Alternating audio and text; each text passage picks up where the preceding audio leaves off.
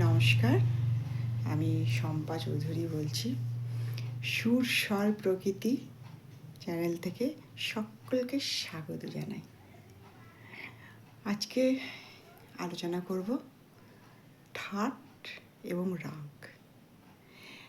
ঠাট এবং রাগের মধ্যে পার্থক্য কী?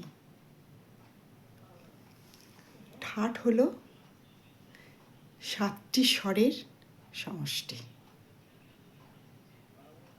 এবং ঠাটের স্বরগুলো পরপর ক্রমানুসারে থাকে। আর রাগ হলো রাগের স্বর 7টি, 5টি, 6টি থাকে।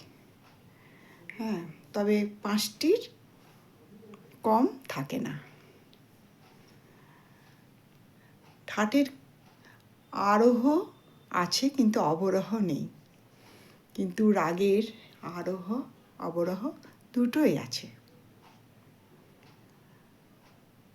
ঠাট হলো স্বর, এক কথায় বলবো ঠাট হলো স্বর, আর রাগ হলো সুর। ঠাট গাওয়া যায় না, রাগ গাওয়া যায়, এ তো আমরা সবাই জানি। আজকে এটুকুই ঠাট ও রাগের পার্থক্য বললাম। সবাই ভালো থাকুন।